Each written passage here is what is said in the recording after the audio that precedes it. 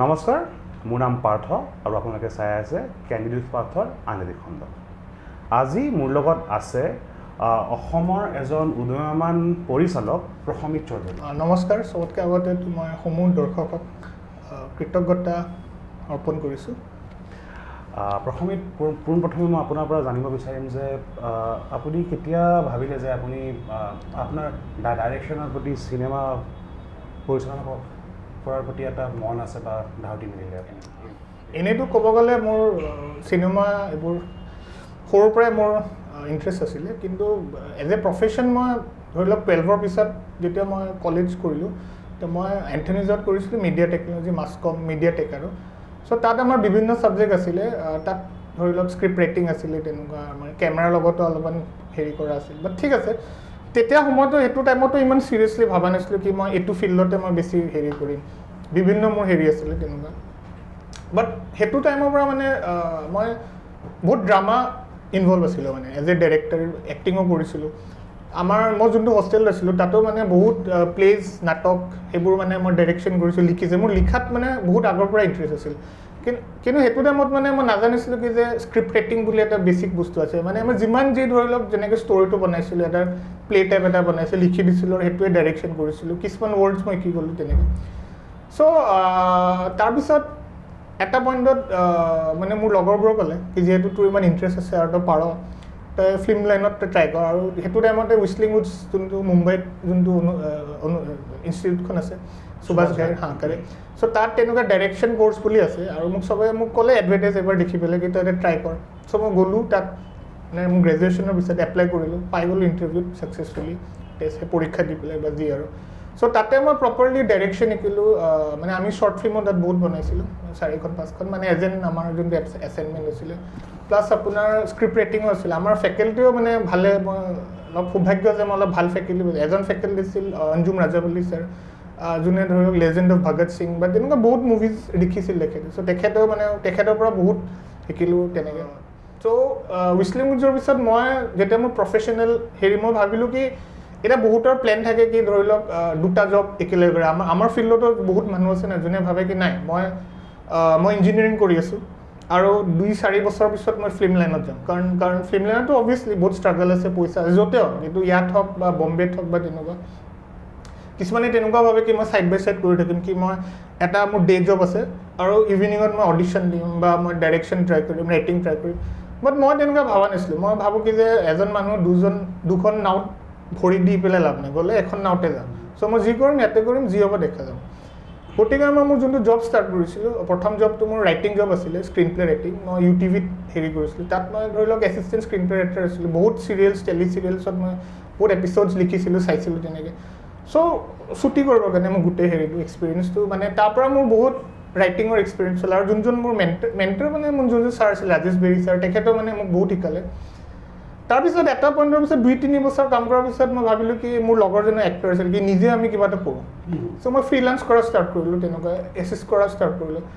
আৰু বহুত বছৰ ষ্ট্ৰাগল কৰিলোঁ। মানে মই স্ক্ৰিপ্টটো লিখিলোঁ, 2-3খন স্ক্ৰিপ্ট, আৰু বহুত প্ৰডিউচাৰক লগ ধৰিলোঁ, পিচ কৰিছিলোঁ, কিন্তু কিবা না কিবা কাৰণত নহয়, কাৰণ ষ্ট্ৰাগল আৰু এনেকুৱা নহয় যে ফিল্মি বেকগ্ৰাউণ্ড মোৰ কিবা আছে বা মোৰ কোনোবা গডফাদাৰ আছে যোনটো ইণ্ডাষ্ট্ৰী। চ' শেষত কি হ'ল কি লাষ্টত 2017 মানত চামহাও মই মোৰ লগৰ এনেকৈ মিলি পেলাই এখন মুভি বনাব পাৰিলোঁ, সৰু বাজেটৰ, মাই ফ্ৰেণ্ডছ দুলেনে বুলি, যোনটো মই ডাইৰেকশ্যন কৰিছিলোঁ, হৈ গ'ল। চ' সেইটোৰ পৰা মোৰ ঠিক আছে, মুভিখনত যেনেকৈ মই বিচাৰিছিলোঁ সেইটো হিচাপে ৰিজাল্টছ হোৱা নাই, বাট এটলিষ্ট মোৰ এটা কনফিডেঞ্চ এটা হ'ল কি মই যোনটো কওঁ না মানুহ ভুলৰ পৰা শিকে, মই বহুত ভুল কৰিছিলোঁ তাত, আৰু তাৰ পৰা মই বহুত শিকিলোঁ কি এইখিনি মই আৰু কৰিব নালাগে।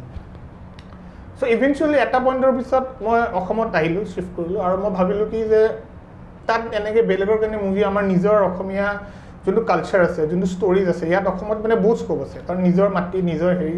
চ' ভাবিলোঁ কি ইয়াতে মই কনচেনট্ৰেট কৰোঁ, ইয়াতে মই কৰোঁ। চ' তেনেকৈ মই মোৰ জাৰ্ণি ষ্টাৰ্ট কৰিলোঁ, কিছুমান শ্বৰ্ট ফিল্মছ বনাই। আৰু এখন মোৰ আছিলে আপোনাৰ হেৰি প্ৰেচিয়াছ বুলি, যোনে বহুতে অলপ এৱাৰ্ড পাইছে, ৰিকগনিশ্যন হৈছে, মানুহো ভাল পাইছে, ভাল এপ্ৰিচিয়েশ্যন পাইছে।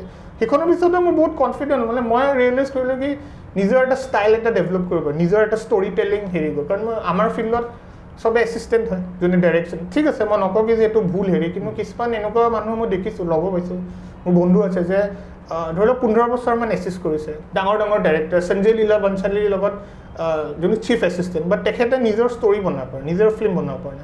চ' সেইটোৰ কাৰণে এজ এ ফিল্ম মেকাৰ যে আপুনি এজ এ নিৰ্দেশক হিচাপে নিজৰ ষ্টৰি ক'ব লাগে, নিজৰ কাহিনীটো যদি ক'ব পাৰে। চ' সেইটো ভাবিয়ে মানে মই নিজৰ শ্বৰ্ট ফিল্মছ বনোৱা ষ্টাৰ্ট কৰিলোঁ। আৰু এতিয়াও মই এই যোনটো পথটোত গৈ আছোঁ সেইখনে বাৰু। বাট দ্বিতীয়তে মোক এটা কথা ক'ব যে হোৱাট ইজ দ্য মানে আপুনি যেতিয়া এটা কাহিনী এটা যেতিয়া লয় এখন ছবি বনোৱাৰ বাবে, তো সেই কাহিনীটো লওঁতে আপুনি আপোনাৰ R&D কেনেকুৱা হয় বা the entire movie making process কেনেকুৱা হয় অকণমান জনাব নেকি?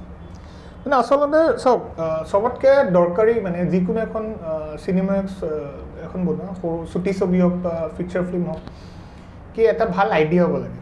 ঠিক আছে, মানে আইডিয়াটো এতিয়া কেনেকৈ আহে, এতিয়া বিভিন্ন প্ৰচেছ আছে। কিছুমানে ধৰি লওক বুকছ পঢ়িলে আইডিয়া পায়, কিতাপ পঢ়িলে। কেতিয়াবা আপুনি গান, মোৰ এটা বহুত অদ্ভুত প্ৰচেছ কেতিয়াবা মই গান শুনিলেও মই আইডিয়া পাওঁ। ঠিক আছে, মই যেতিয়া কৰোঁ ৱাকিং কৰিলে আইডিয়া পাওঁ, বা কেতিয়াবা কিবা এটা এনেকৈ ছাডেনলি বস্তুটো আহি যায়। মানে এইটো ইউ কেন চে কি এটা নেচাৰেল প্ৰচেছ হয় যে কেতিয়াবা ভগৱানে আপোনাক দি দিয়ে আইডিয়াটো। ত' এইটো হ'ল প্ৰথম। এতিয়া আইডিয়াটো এজ এ ফিল্ম মেকাৰ, ভাল ফিল্ম মেকাৰ মানে আইডিয়াটো এনেকুৱা হ'ব লাগে ন, যোনটো মানে মনৰ পৰা গৈ পেলাই শৰীৰত সোমাই যাব, মানে পূৰা গোটেই চৌলত আত্মাৰ ভিতৰত ভাবে। এনেকুৱা লাগে যোনটো ৰাতি আৰু দিনত আপোনাৰ টোপনি নাহে, গোটেই দিনে ৰাতি আপুনি সেই আইডিয়াটোৰ কথা অবচেছ হৈ থাকিব। মানে যে কোনোবা এজনী ছোৱালীক যেনেকৈ ভাল পোৱা যায় ন, যে প্ৰেমত পৰিলোঁ, আইডিয়াটোৰ লগতো প্ৰেমত পৰিব লাগে, দিনে ৰাতি ভাবি থাকিব লাগে। তাৰপিছতে আপুনি মানে মোৰো যোনটো আইডিয়াটো ভাবোঁ কি আৰু ডেভেলপ কৰোঁ কি অ'কে এইটো যদি মই এজ এ ষ্টৰি বনাওঁ, এইটো ষ্টৰিটো কেনেকুৱা হ'ব। চ' ধৰি লওক মই ডেভেলপ কৰোঁ, অলপমান লিখোঁ। আৰু তাৰ মাজত যদি কিছুমান এনেকুৱা ছাবজেক্ট আছে য'ত ধৰি লওক আপোনাৰ যোনটো কৈছে ৰিচাৰ্চ এণ্ড ডেভেলপমেণ্ট R&D লাগে, চ' তাৰ পৰা মই অলপ R&D কৰোঁ, ৰিচাৰ্চ কৰোঁ, তাৰ আইডিয়াছটো আৰু বহাওঁ তেনেকৈ। আৰু কেতিয়াবা এনেকুৱা হয় কি যে কেতিয়াবা সেইটো ছাবজেক্টৰ ওপৰতো কিবা বেলেগ ষ্টৰি মুভি বনে, সেইটো মই সেইকাৰণে চাওঁ যাতে সেইটো নহয় যে নকল মাৰিব বা কপি কৰিব, যাতে মই তেনেকুৱা কপি কৰিব নোৱাৰোঁ। ঠিক আছে, চ' সেইটো কাৰণে আইডিয়াৰ পিছত নেক্সট আপোনাৰ ষ্টৰি, যোনটো মই ক'লোঁ ষ্টৰিৰ পিছত আপোনাৰ নেক্সট কেৰেক্টাৰটো ডেভেলপ কৰোঁ, মানে যে এই কেৰেক্টাৰটো ইণ্টাৰেষ্টিং কেনেকৈ হ'ব পাৰে। এতিয়া মোৰ চবৰে বেলেগ প্ৰচেছ আছে। এতিয়া মোৰ যোনটো পাৰ্চনেল প্ৰচেছ সেইটো এনেকুৱা কিবা কেৰেক্টাৰ এটা বায়'ডেটা টাইপ এটা লিখোঁ, যে স্পেচিয়েলি ফিচাৰ ফিল্মৰ কাৰণে যে ছাপ'জিং এই কেৰেক্টাৰটো নিজৰ জীয়াৰ মানুহ হ'লহেঁতেন, যে তাৰ বেক ষ্টৰি কি, তাৰ মাক কোন, দেউতাক কোন, ফেমিলি কোন, কি বিচাৰিছে জীৱনৰ পৰা, কি ষ্ট্ৰাগল কৰি আছে। আৰু মই সেইটো লিখোঁ কি যে ইভেন যে মই কেতিয়াবা হৰস্কোপো লিখোঁ, সেইটো অলপমান ইণ্টাৰেষ্ট আছে যে কি তাৰ জডিয়েক চাইনটো কি, তাৰ মতে কেনেকৈ কি থাকে। এবাৰ এইবোৰ গোটেই লিখাৰ পিছত বা ভাবাৰ পিছত যোনটো স্ক্ৰীন প্লে ষ্টেজটো এইটো পুৰা লাষ্টত আহে, তেতিয়া তাৰপিছত মই স্ক্ৰীন প্লে চাই বনাওঁ। অ'কে, চ' এইটো হ'ব, চ' তেনেকৈ। আৰু সেইটো মানে মোৰ যোনটো প্ৰচেছ আৰু সাধাৰণতে। দুদিনমান আগতে আপোনাৰ নেক্সট আহিবলগীয়া যিখন ছবি আছে এপইণ্টমেণ্ট, ফিলিপছ, তাতে এটা ইম্পৰ্টেণ্ট কেৰেক্টাৰ এটা প্লে কৰিছে, তেওঁৰ লগত মই কথা পাতিছিলোঁ। তেওঁ চমু আভাস এটা দিছিলে গল্পটোৰ বিষয়ে, যে it's based on a very serious and delicate topic of our mental health issues. So' আপুনি এনেকুৱা এটা টপিকৰ ওপৰত মানে খুব কম মানুহে সাহস কৰে, আৰু যদিও বনাই ধৰক I don't say that the portrayal is that decent enough. So' এনেকুৱা ধৰণৰ এটা ডেলিকেট টপিকৰ ওপৰত আপুনি ছবি বনাবৰ কাৰণে আইডিয়াটো কেনেকৈ আহিলে?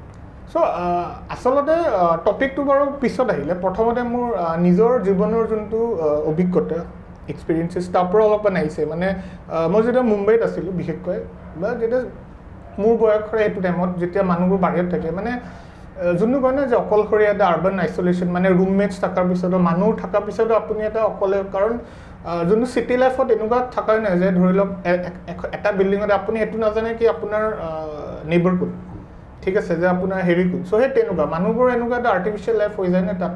এতিয়া গুৱাহাটীতো চবতে এইটো আছে বাৰু আজিকালি, যে ধৰি লওক আপুনি কামত গৈছে, কাম কৰিছে, নিজৰ কাম কৰি ঘৰত আহিলে শুলে, বা ধৰি লওক ফুৰিলে, হেৰি কৰিলে, সেইটো মানে তেনেকুৱা টাইপৰ হৈ যায়। চ' সেই জীৱনটোৰ কাৰণে মানে মানুহ মানে বহুত মানে নেগেটিভ হেৰি হয়, মানে মেণ্টেল হেৰি হয়, মানে যোনটো ধৰি লওক ডিপ্ৰেশ্যন হয়, কেতিয়াবা ধৰি লওক ইমান ডিপ্ৰেশ্যন হয় যে ছুচাইডেল টেণ্ডেঞ্চি হেৰি হয় তেনেকুৱা।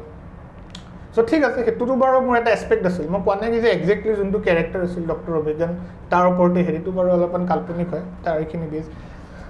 তাৰপিছত মই আচলতে ভাবিছিলোঁ কি ষ্টৰিটো মই মুম্বাইত শ্বুট কৰোঁ, আৰু মোৰ যোনটো ৰুমমেট আছিল তাৰ লগতে মই যেনেকৈ প্লেন কৰিছিলোঁ কি এটা ৰুমতে শ্বুট হ'ব তেনেকৈ, আৰু কিছুমান মণ্টাজ কিছুমান ল'ম, ধৰি লওক তাৰ যোনবোৰ লোকেশ্যনবোৰ আছে, আৰু অলপমান শ্বুটো কৰিছিলোঁ। মই মেট্ৰ'ত শ্বুট কৰিছিলোঁ, জুহু বিচত।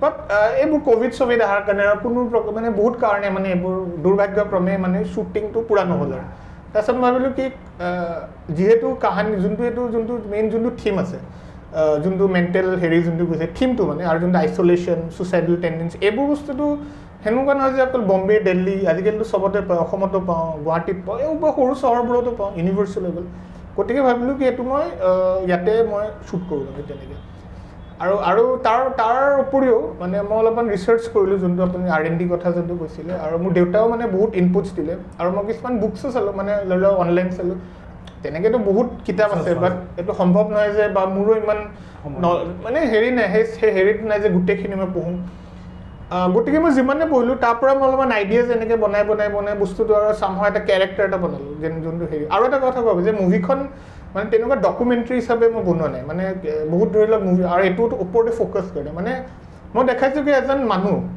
যোনজন বহুত কোৱালিফাইড মানুহ আৰু যোনজন মানে মানুহজন এই ছাবজেক্টটো এক্সপাৰ্ট হয় তেখেতৰো মানে এনেকুৱা এটা প্ৰব্লেম হ'ব পাৰে সেইটোৱে মানে গোটেই ষ্টৰিটো মানে আচ্ছা ইয়াতে আপোনাৰ লগত ফিলিপছৰ বাহিৰেও অৰ্ঘদীপ অৰ্ঘদীপৰ লগত আপুনি এবাৰ প্ৰথমবাৰ কাম কৰিছে তেওঁৰ লগত কাম কৰাৰ অভিজ্ঞতাটো কেনেকুৱা অৰ্ঘদীপৰ লগত বহুত ভাল লাগিলে মানে একচুৱেলি মানে যোনটো মই ভাবিছিলোঁ কি যিহেতু অৰ্ঘদীপে অলৰেডি